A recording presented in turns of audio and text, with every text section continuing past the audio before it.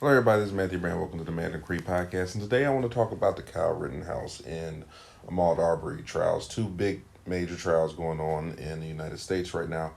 And it has a lot of implications, not only on our First and Second Amendment rights, but also just in general of how we're going to be dealing with freedoms and stuff going forward. And first, I want to commend the judges in both of these trials.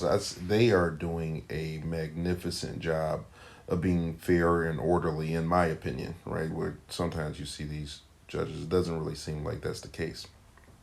Now, what I do want to also say is that when you look at these objectively, right, I don't know how the jury's going to go because one of the problems when you have juries in these situations is that you're a trial a jury by your peers, and I worry them a lot of it in the Ahmaud Arbery cases that they're not really their peers, and kind of same in the Kyle Rittenhouse case, right?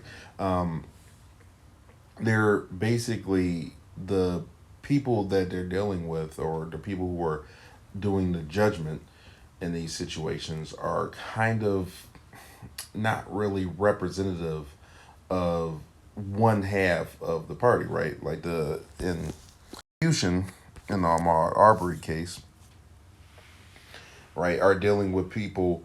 They're they will be on the side of Ahmaud Arbery, right? They're prosecuting people.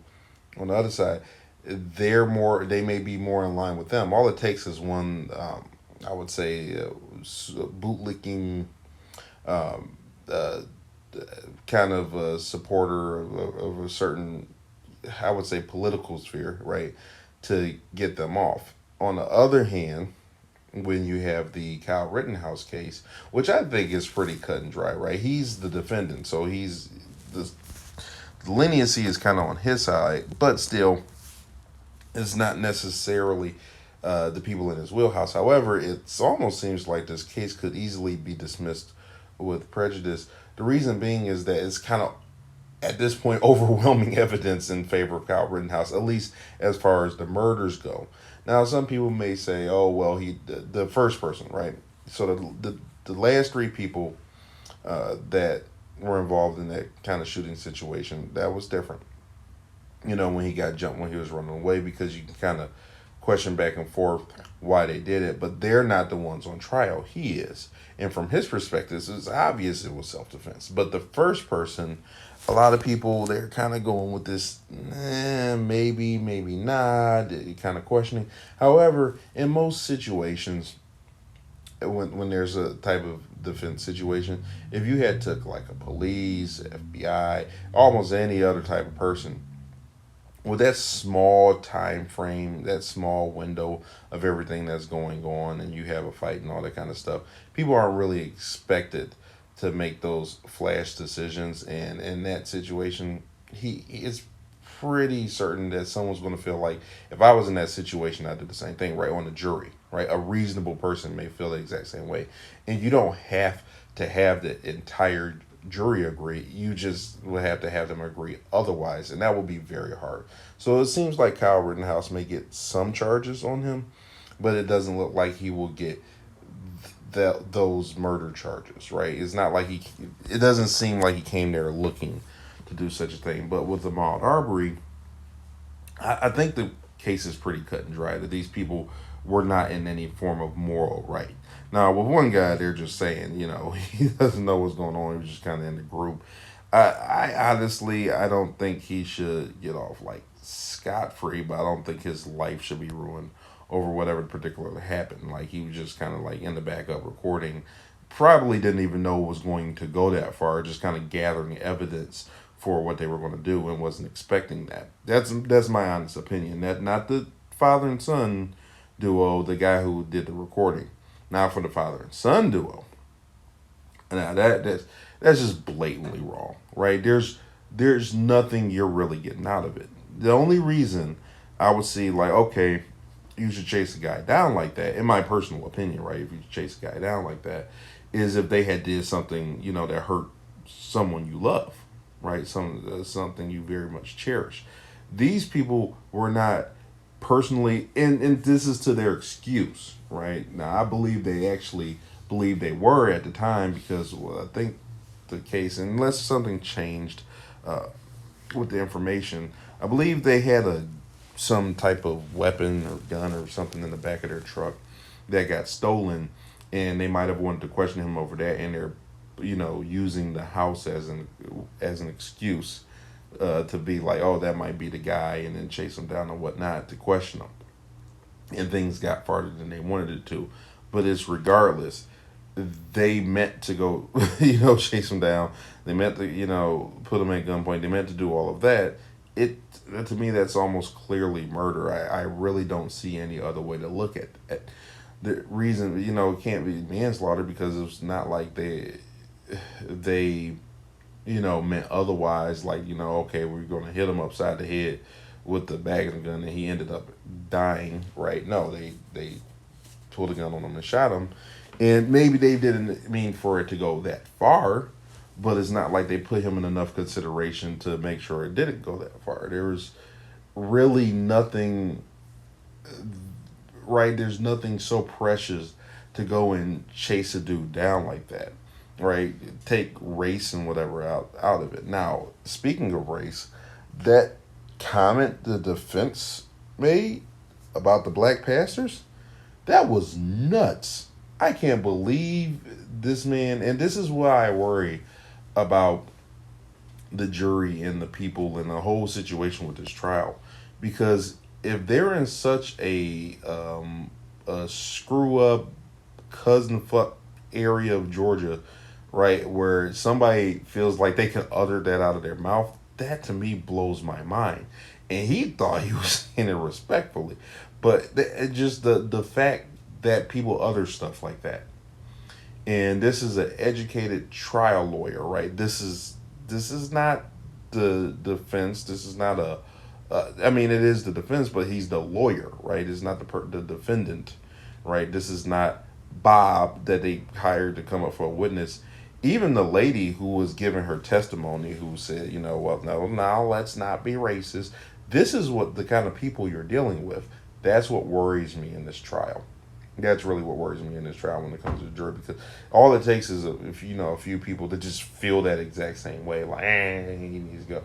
That's what I worry about with this trial. But you never know. And the judge, I would say, is the exact opposite. I think he's been, so far, of all the footage I've seen, he's been extremely fair. Extremely fair, extremely honest. Right, when they say, oh, I don't know if Al Sharpton to come in, I'm like, courts are open to the public. The Jeff Bezos should be able to come down and sit down in the courtroom. I don't really see any reason not. It's people, right? They're people. They should be able to come in, and regardless of, jury or whatever, I don't think it's intimidating. Shouldn't be intimidating to a jury to feel like they should make a fair verdict. I don't think people should, if there's a fair verdict, I don't think people should feel, like things are going to go sour. I really don't. I don't think that should be the case. That they should feel threatened by any means, right? You're doing your responsibility as a citizen by, trying to be fair and practice discretion with the verdict that you choose. But I think in this case, it's very clear with Ahmaud Arbery. I don't really see any other way to look at it besides the fact that I honestly worry because there's so many people in the jury. I can't see otherwise why he would get off, other than there's people who don't, they line up with that particular mindset of being, I mean, they're basically racist, or maybe not, if not racist, it could be that they are, how would you say it? They are of a particular persuasion, right? It may have nothing to do with race, but one of those, oh, they weren't doing any good, or I probably would have did that too. Yeah, so maybe I guess that would be something to know. Yes, they're supposed to get filtered, in jury selection, but to be completely honest, if it's that type of town, they very well may get people who have the same type of mindset as this duo of idiots. I mean, it's just not. That's a worry, right? It's fair enough to say that that's a worry, but with the Kyle Rittenhouse case, I think that's pretty obvious. It's cut and dry. The prosecution did a horrible job. I don't even think the defense did a good job. I just think the prosecution did that horrible of a job. With the Ahmaud Arbery case, it just really doesn't even seem like they have a leg to stand on. Like, what's the question? Now, the question was, oh, you have to have suspicion that they did something right. Okay, that's fine to the perform a citizen's arrest, but the extent to which you go to perform a citizen's arrest, would a reasonable person do that? I don't think that's the case. But once again, in this county, a lot of people may have the mindset of doing silly stuff like that. Yeah, but who knows? I mean, God, the dad looks okay, but man, that son looks inbred. I'm being rude, but it's crazy, and I really don't like. I'm not a lawyer, but when I look at these cases, the morality I feel is clear. I really feel that there's a clear morality. I feel like there's clear morality with this New York case. I feel like with the gun law case, I feel like there's a clear morality with the Kyle Rittenhouse case. There's clear morality with the Ahmaud Arbery case. Kyle Rittenhouse, if anybody should be prosecuted, you're looking at other people, in my opinion, because he's 17, right? So there's a lot of stupid before you get to 17. What I've noticed in the Kyle Rittenhouse case, and reactions when it comes to Kyle Rittenhouse, is not that people are necessarily mad or even disagree with what's going on with Kyle Rittenhouse. It seems like they're more mad at the way it's going, right? For other people who are in similar situations, like they've seen people in their personal, right? Personally, they feel like they know people who have gone to jail for less. So how, going to prison for less. So how come he's getting it off so easy? How come he gets so much support when nobody cares about, my cousin Bob, who, got sentenced to prison for a long time over what seemed like next to nothing, right? I can agree, I've seen, but I don't think, personally, I don't think you're helping Bob by punishing Kyle Rittenhouse. If anything, you'd be helping Bob by letting Kyle Rittenhouse get off, because that sets some of a precedent for people like Bob. Where I really get bothered by that. That some people feel like, okay, because these people always get a break, I want to see punishment. I want to see blood. It's their turn now. I don't think that's the mindset people should have. I think the mindset people should have is, if you build one group up, that helps your case later. Well, a lot of people have an issue with. Not giving an example. There was a case in Detroit where this dude had and this is like right moral judgment. So this guy, he had a gun, and his shirt like half covered his gun, but it was obvious he was carrying. Like, it wasn't like he was hiding that he had a firearm. He was basically open carrying, but because his shirt went over it, it was considered concealed. And it's very crazy because you're in this kind of limbo between concealed and, I don't want to say brandishing, but open carry, where you go some places and if they would consider it open carry, and if you went in other places, it's enough to be considered concealed. So whatever punishes you. So anyway, this guy in Detroit, he's walking around. He's by his house, I believe. His shirt goes over his gun. He has the gun legally. Everything's in order, and they throw the book at him. And the question is why. It was like, well, we have a no tolerance for that in this area. Where if he was in another county, and I'll even give you an example. There was a situation in, I believe, Oakland County. I'm not going to say who. We'll just say Bob. And this is, so Detroit is Wayne County, for anybody listening doesn't know. And Oakland County is basically what's north of it.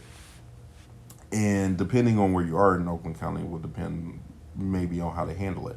But Bob, same race, same build, same background, right? Bob has a gun where he is not supposed to have a gun. I'm being very honest. Both of these people are black. These are real situations. I'm not, making hypothetical metaphors. These are both real situations. This guy in Wayne County got the book thrown at him, but that's more because it's Wayne County.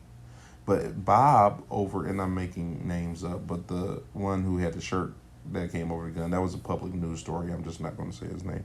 So Bob, he's in Oakland County. He has a gun where he's not supposed to have a gun, which was I would say like a bar or something like that. There are certain places you're not supposed to have it. And then the police find out and they say, whatever, have a good day. They don't care. And the reason they don't care is because they know he's not doing it. He wasn't drinking. So I think that was the question. Because really, the reason they don't want you in a bar, right, with a gun is because obviously a lot of people go in the bar to drink. And even if you're not the one drinking, I think the ideal is that some people get drunk and start stuff, right? And you don't want to be the dude, like, okay, say might start stuff with you, but if you're both unarmed, hypothetically, right? Now this is not real, but hypothetically, if you're both unarmed and you get into it, well, nobody dies. But on the other hand, you can't. If someone decides they're going to do something stupid or evil, that no gun rule doesn't stop anything. It's a well, less people. It will be less likely to happen supposedly if everybody's more law abiding. But to be honest, and depending on what bar or club you go to, they may check you before you even get to the door. However, my point is they didn't do anything about Bob. They didn't care. Bob was black there, but in Wayne County, they take it a lot more serious, right? Let me give you another example. Guy gets pulled over in Oakland County, right? And these are both Metro Detroit. One, Wayne County is Detroit, but it takes areas that aren't Detroit into account too. Like there are other cities besides Detroit in Wayne County. So, but another example, get pulled over in Detroit, they disassemble your gun. I don't know if anybody's familiar with a channel called Active Self Protecting, but I think they talked about this before there too. But in Detroit, they pull you over and you have a weapon on you. They will disassemble it and give it back to you as a as a project. And if they don't reassemble it when they're done, they disassemble it and tell you going off into one of the most off you go into one of the most dangerous cities in the United States. And not only that, I mean, what are you going to do? Pull over and reassemble your gun in the car, right? While in this, in the super gun thirsty city where people are, they're willing to steal guns. It's I'm not saying it's a bad look, but they take it that far. That's all I'm saying. They take it that far. Where in Oakland County, they're like, it's like, hey, I have a gun, and it's a good chance they won't even disarm you. They'll just say, okay, where is it? And you tell them where. It's like, okay, whatever, and they don't care that much. And yes, obviously, it may be because there's more crime in Detroit, so more safe police officers. I'm not criticizing what they're doing, but I'm saying is sometimes it's not really the race that they take into account. Sometimes it is. I'm not saying that some people you get into it with aren't racist, but sometimes it's just the manner and policies and situations of the area you're in, right?